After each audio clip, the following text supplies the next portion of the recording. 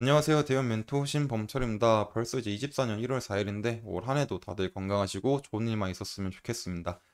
그리고 이제 저희 대기업은 올해에도 여러분들을 서포트할 예정이니까 저희 대기업을 지켜봐 주시면 감사하겠습니다.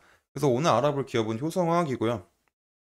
효성화학에 대한 주가와 이제 현재 이슈를 같이 살펴보도록 하겠습니다. 그래서 이제 효성화학에서 주요 이슈라고 하면 뭐 NF3 분사가 있지만 그거는 얘기를 했었죠. 그래서 조금 다른 얘기를 하자면 효성화학 같은 이제 석유화학 업체는 결국 이제 유가가 안정하냐 불안정하냐가 중요하잖아요. 근데 이제 24년도가 그 전에 말했었던 건 24년도가 돼도 아직까지 유가가 안정할지 불안정할지 우리가 알기가 힘들다. 그래서 이런 것들은 상황을 조금 지켜봐야 된다라고 말을 했습니다. 그리고 또 최근에 또 이란 폭탄 테러가 불붙으면서 국제 유가에 대한 불안성이 더 커지고 있죠. 그래서 이런 것들이 뭐 장기화가 될지 단기화가 될지 한번 살펴봐야 되는 이슈겠습니다. 그리고 또 이런 효성화학 같은 석유화학 업체는 LG화학 석유화학 체질 개선이 나온다. 한계 사업을 정리하고 SKC 뭐 불황장기화의 매각 분사 재무 구조로 개선 증거를 한다라는 거였죠. 결국 이제 범용 제품에 대해서 이런 공급 강이 일어나다 보니까 이런 수익성에 대한 한계가 왔다. 그리고 사업에 대한 한계가 왔다라는 거죠. 또 이제 외부적으로 이제 전쟁 혹은 이제 금융 시스템에 불안하고 그러다 보니까 외부 환경의 악화가 지속이 돼서 이런 것들이 장기화가 되다 보면은 점차 이제 석유화학에 대한 수요가 점점 줄어들 수가 있다라는 거였습니다. 그렇기 때문에 그런 한계로 인해서 이제 사업을 정리하고 있는 중인 거죠. 그래서 특히 이제 LG화학 같은 경우는 정리하고 있던 사업이 이제 LCD와 NCC 분야가 있는데 그 NCC 부분은 석유화학의 쌀로 불리는 에틸렌 등 이제 기초유분을 만드는 시설이거든요. 그렇기 때문에 그간 석유화학 업체를 순위를 저, 순위를 지을 때는 이 에틸렌이 굉장히 중요한 지표로 뽑혔습니다. 하지만은 이제 그렇기 때문에 LG화학도 여기다가 2조 1천억이라는 금액을 투자를 했던 거고요. 하지만 이제 NCC 부분, 에틸렌 부분에서도 점점 이제 경쟁력이 떨어지고 공급이 과잉이 되다 보니까 이런 부분을 이제 사업을 가동을 중지했다. 그리고 이거를 이제 매각하려고 하고 있다라는 거죠. 하지만 이제 뭐 LG화학 이 얘기니까 뭐 깊게는 안 하겠습니다만 결국 이제 뭐 NCC 분야 같은 거는 계속 지속적으로 매각을 하려고 이제 진행 중인 거죠.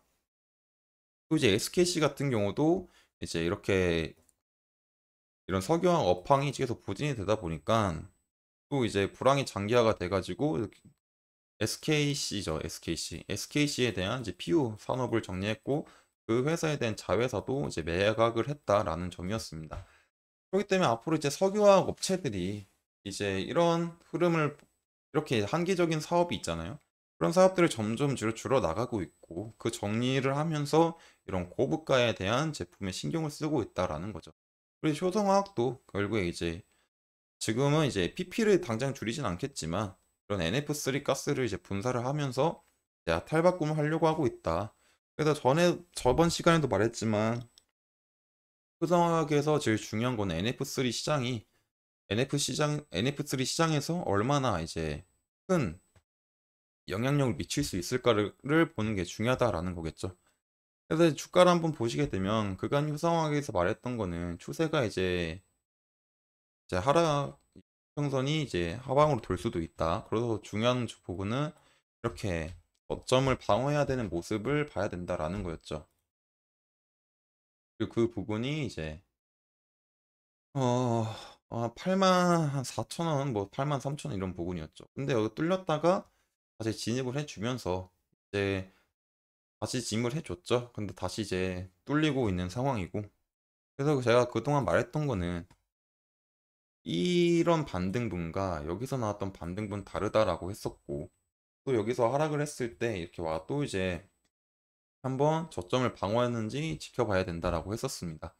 그렇기 때문에 지금도 이렇게 반등이 올다라는 생각보다는 현재 부근을 잘 지지해 줄 거냐, 이런 84,000원, 83,000원 부근, 뭐 이제 더 나아가서는 이제 82,000원 부근이겠죠.